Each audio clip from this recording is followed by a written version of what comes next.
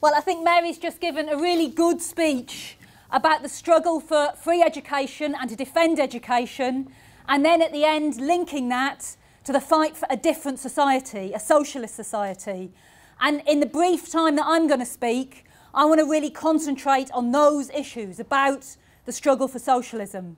But I just start by saying, maybe a year ago, certainly 2 years ago, most of the students who came to meetings like this at the beginning of term came wanting to find out more about socialism, but really knowing nothing about it, other than maybe what they'd learnt in school, where they were taught about it as some kind of long dead, outmoded idea that people used to support in the old days.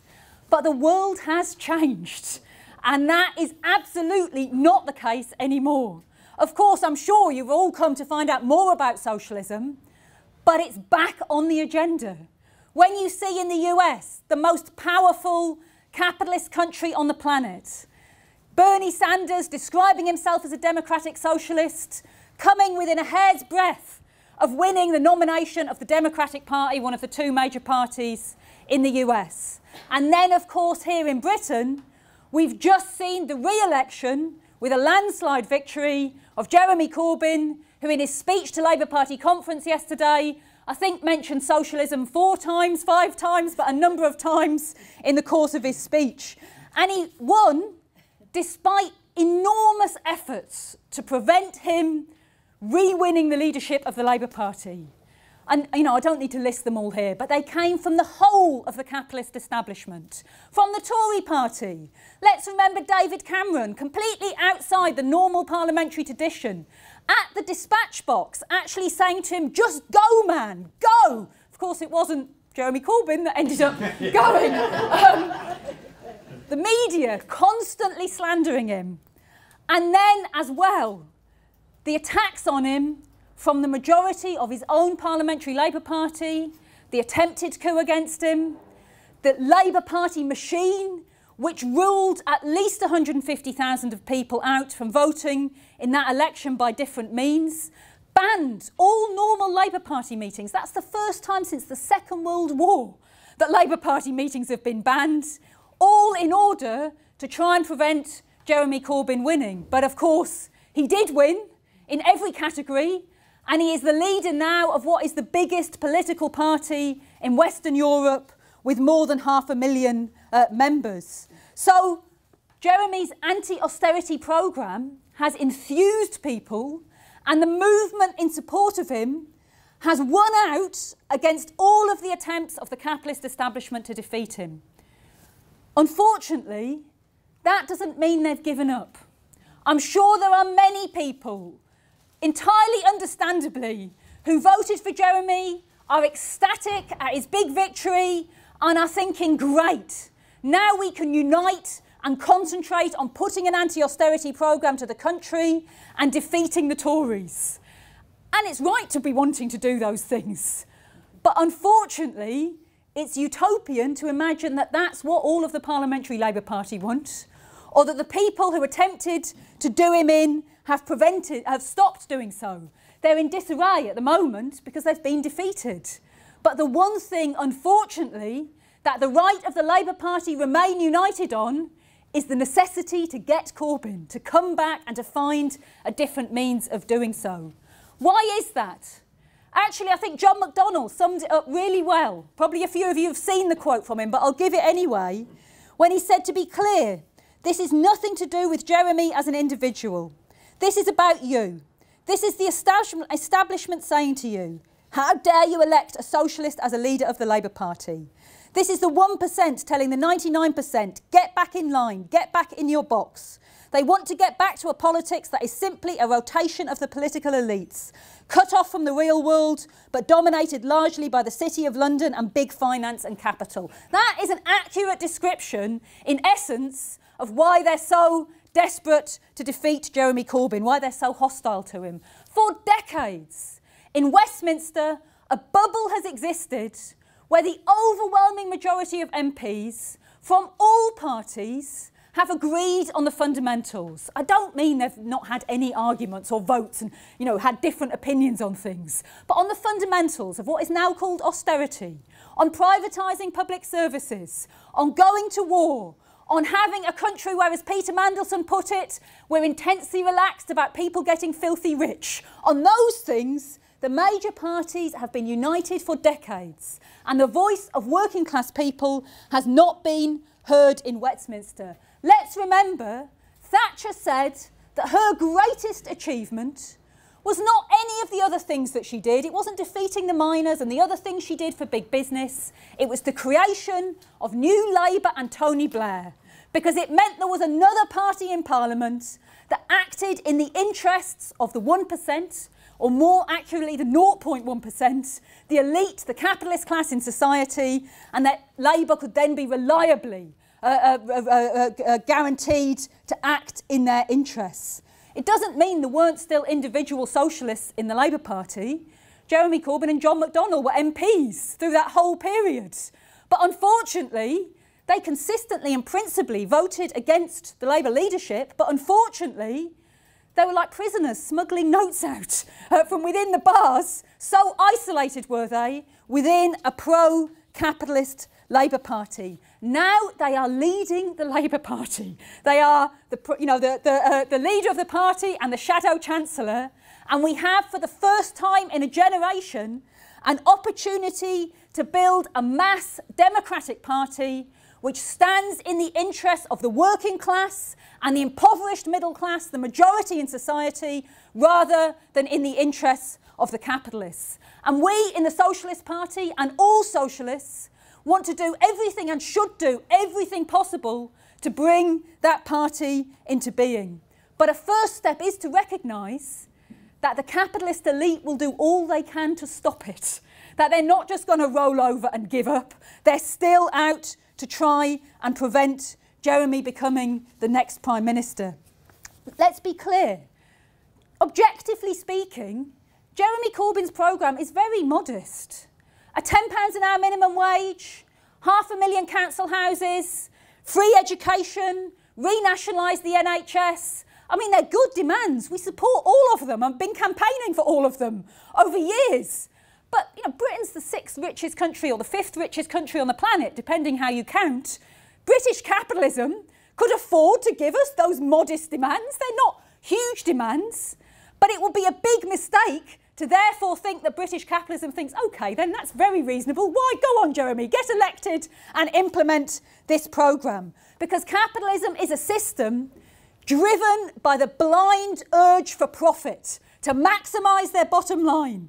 The more profits they make, the better. And there was a brief period in the middle of the last century where capitalism in Britain and in many countries was forced to give working class people concessions. And we won a national health service. And we won a welfare state. That was for specific reasons at that point in time. The power of the working class, also the threat that the Soviet Union represented. It was not genuine socialism, it was horrific dictatorships, but nonetheless, because it was based on a kind of planned economy, however distorted, it was a threat to capitalism. They were frightened of it, and they felt they had to give us a bit more because of the existence at that stage of the Soviet Union. So they gave us some crumbs. We won things in that period. But ever since then, they've been setting out to take them back, to cut, to privatise, to destroy benefits. Capitalism is in an economic crisis. It has not recovered from 2008. It is an increasingly crisis-ridden system. But from the point of view of the capitalist class, everything is an opportunity. And they saw the 2008 crisis as an opportunity to make sure we paid for it and to take even more back from us, telling us we all had to tighten our belts. In Britain, that means wages have fallen since 2008 by more than 10%. Of the rich countries of the world, only Greece has had a bigger fall in wages than we have had in Britain. That's what capitalism and austerity have meant over the last 8 years. And they want to keep it that way. They have no desire to change things. Now, that is not being pessimistic. We are in no way suggesting that it is impossible to implement Jeremy Corbyn's programme. Far from it. a Labour government on the programme that Jeremy is putting forward, backed up by a mass movement of working class people, could force them to allow the concessions that are in his programme to working class people. Oh, as Mary rightly said, as long as we have a capitalist system, they're always going to try and take it back. But we could win those things. But they will do their best to try and prevent it. And starting with that is trying to prevent a Labour government being elected in the first place. The hypocrisy of the Blairites. They keep on saying the reason we need to get rid of Jeremy is because he can't win a general election. The truth was blurted out by Mandelson, the Prince of Darkness as he used to be known, where he said, I want the earliest possible general election. I'm dreaming of it. Why?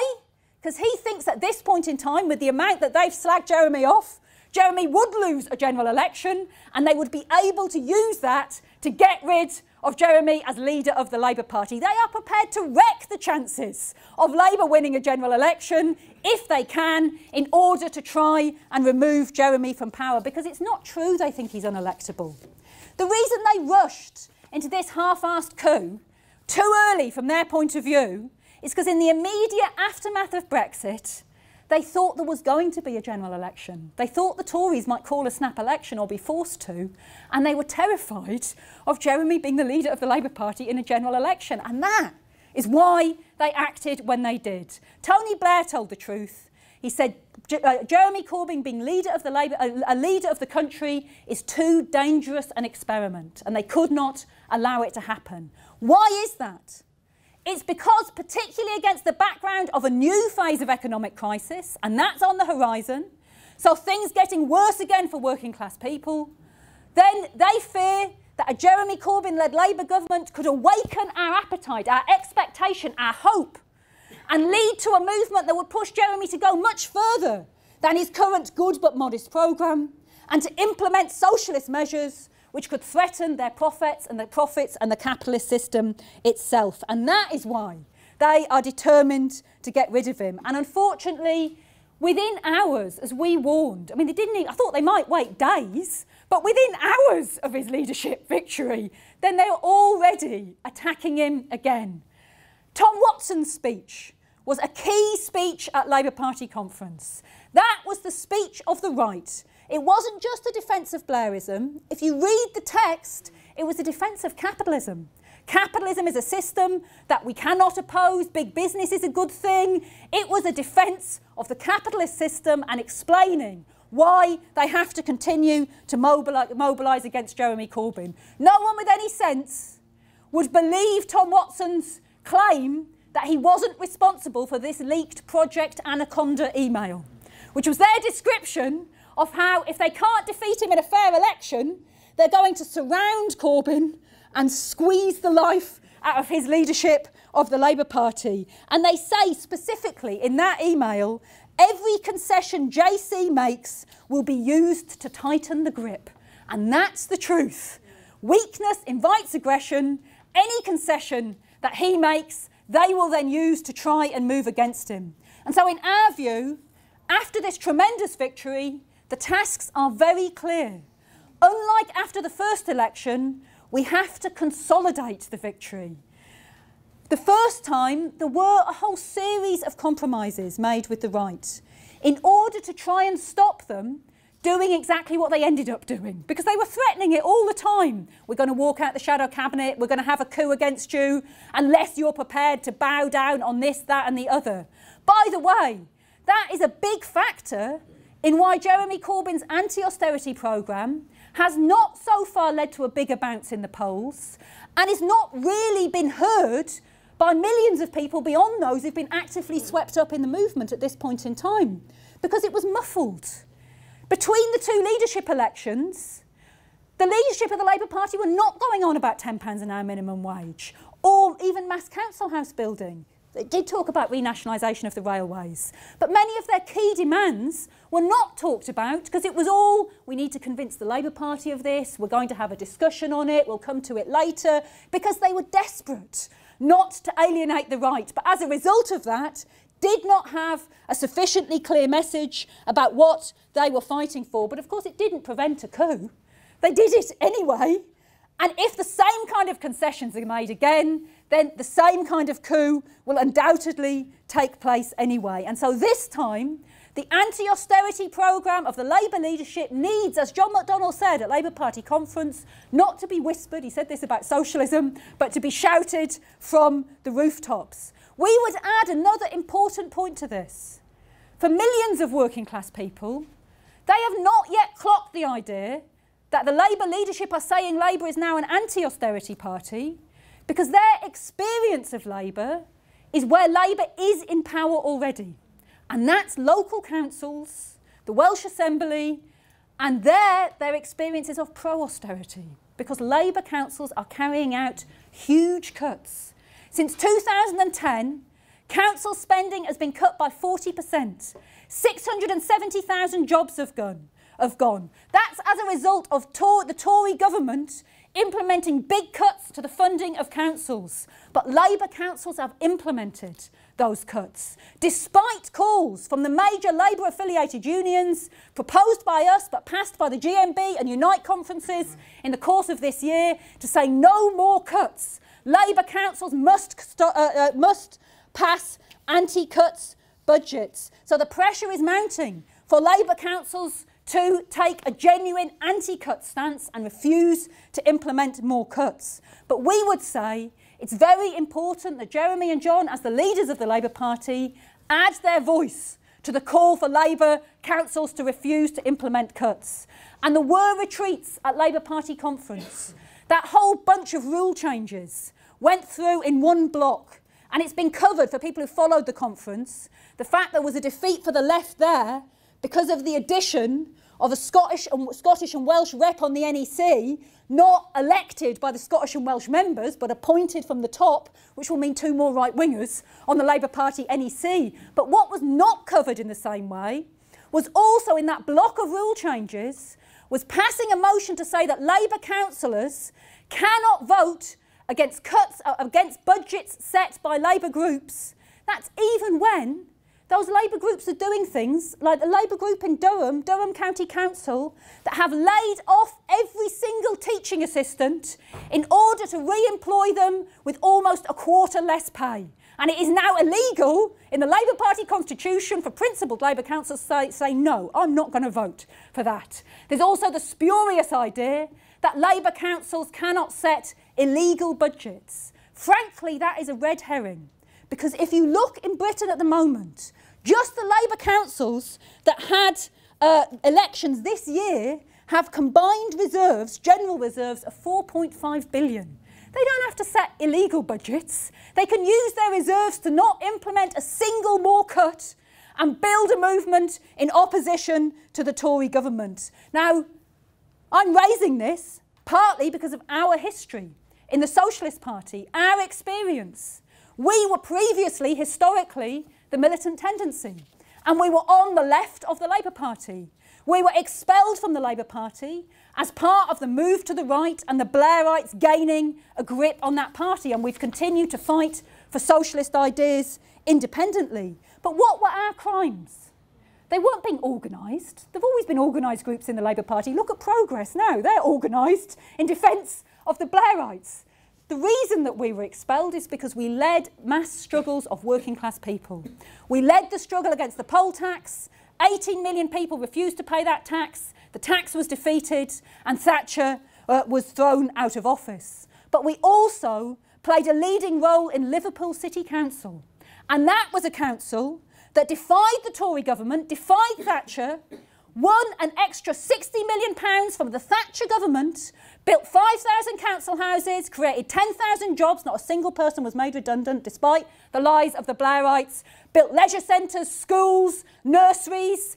Even today, the results still stand in bricks and mortar. Now, that was decreed to be illegal by the Tories and by, unfortunately, the Kinnock leadership of the Labour Party. But I tell you what, better that than making 670,000 people redundant under the guise of having to obey every diktat of the law.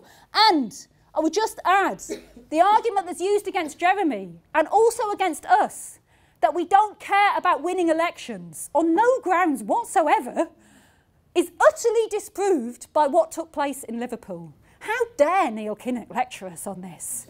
In 1987 in Liverpool, the swing to Labour was such that if it had been repeated on a national scale, Labour would have won that general election on a landslide, instead of which Labour went down to miserable defeat, led by Neil Kinnock himself. So we would say there is an opportunity now to build an open, democratic, socialist Labour Party that is anti-austerity in words and deeds at local and national level. But to achieve that, we should have no more concessions to the right. I mean, the right-wing MPs are in a frenzy because Jeremy Corbyn has only said that the vast majority of MPs will have no problem whatsoever in keeping their seats under the review that will take place with the boundary changes. I mean, the only thing that would make them happy was if he said every single MP has their seat for life no matter what. Nothing else will make them happy. But we say, don't pussyfoot around here. Campaign for the introduction of mandatory reselection. It's a basic democratic demand which us and Jeremy Corbyn and John McDonnell and others on the left of the Labour Party fought for in the past, and it was introduced. Then the Blairites took control and it was one of the first things that went. And there's no question, it made it easier for Labour MPs to vote for war, for privatisation, come to that, not a few of them to fiddle their expenses, without any concerns about consequences because they were not being democratically held to account. So we say every MP, it's not a job for life. You're representing working class people, mandatory reselection should be reintroduced. That will be an important step forward, but even that is not sufficient, because that would take place over quite a long period, up until the next general election, which might be in 2020. And in the meantime, you can have right-wing MPs in Parliament, Labour MPs, voting for austerity, voting for child benefit cuts, and so on. And so we would say that Jeremy should make clear, as he has done correctly, that he wants MPs to sign up to his anti-austerity programme, but go a step further and say it's no longer acceptable to have Labour MPs voting to make millions of working class people's lives in misery and face no consequences. You do that, then you are not part of the parliamentary Labour group. You no longer have the whip, is the technical term, for Labour MPs that vote against the interests of working class people and against Corbyn's anti-austerity programme. Now, no question, you did that, you'd have a smaller parliamentary Labour Party in the first instance. But let's be clear, actually, it would be better to have a unified parliamentary Labour Party that actually was against austerity than to have a parliamentary Labour Party where a big chunk of them are fighting for the other side. I mean, it's like having a football team, not that I'm an expert on football, but it's like having a football team where half the players are trying to score own goals because they're not on your side.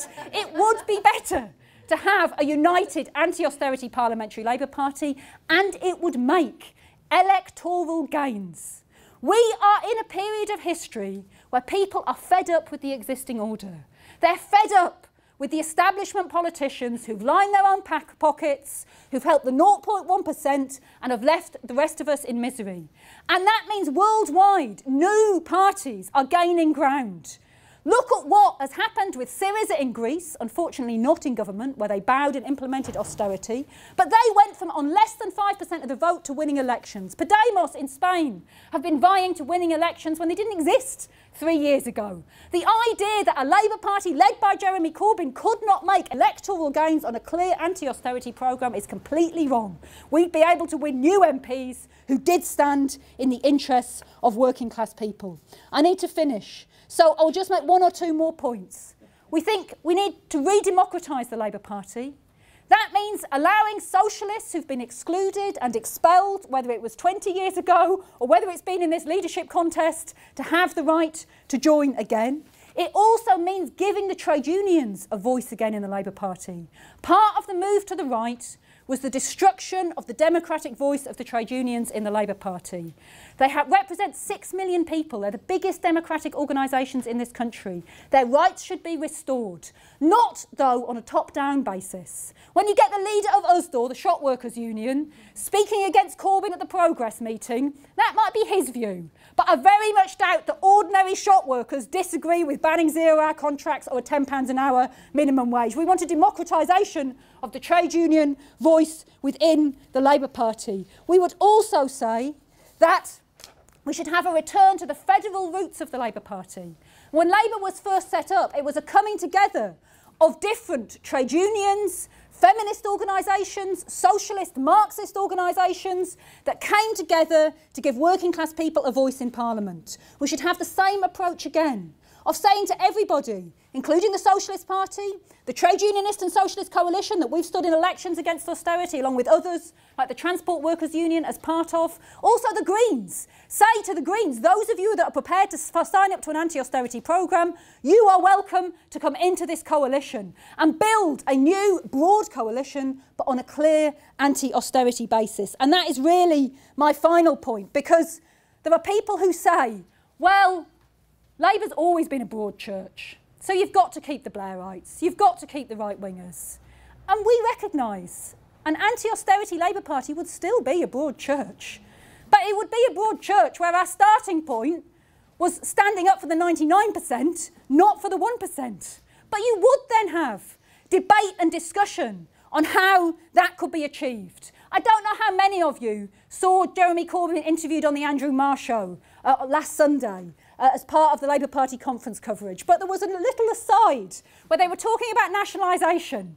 And Andrew Marr said, well, there used to be these people in Liverpool who called for nationalisation of the top 100 monopolies. And Jeremy Corbyn said, I think it was 170. Actually, it was 250 and it was us. And we still do, although today monopolisation means 170 might be closer to what you would need to take the commanding levers of the economy, the major corporations and banks, into democratic public ownership. But that's what we think is necessary. And we would say, when bourgeois economists like David Blanchflower, who backed Corbyn first time round and then switched sides to back Smith, and he said, the reason I'm doing it is because Jeremy and John are not prepared to accept the realities of the modern market and capitalism. We would say the best answer to that is no, we do not accept them. We reject them because they mean misery for millions of people. And we are not going to be told that a Labour government can't implement radical policies because the markets won't allow it. And that is why we are going to take the commanding heights of the economy into democratic public ownership. And a debate on those ideas is an enormous step forward for the future of the struggle in Britain. And let's be clear, we've seen the outrage of big business in Britain at Jeremy Corbyn's very modest programme. So you can imagine how outraged they'd be if we started talking about nationalising the major corporations. But if there was a mass popular movement in support of that, they would be powerless to stop it. And you got a country that began to really implement socialist policies, that used the gigantic wealth created by capitalism. 62 people have as much wealth as the poorest half of the world's population. We've never had wealth so concentrated in the hands of so few. Take some of that enormous wealth and begin to build a society where everyone got to retire at a decent age, where nobody had to work for longer than 35 hours a week, but they got a decent wage for doing so, where we all had free education. Then you would begin to have a society on a much higher level than what we see under capitalism, and one government started to do that, then the idea would spread like wildfire around the world, and we would really be seeing, as Jeremy raised as an idea, socialism in the 21st century. So I'll leave it there.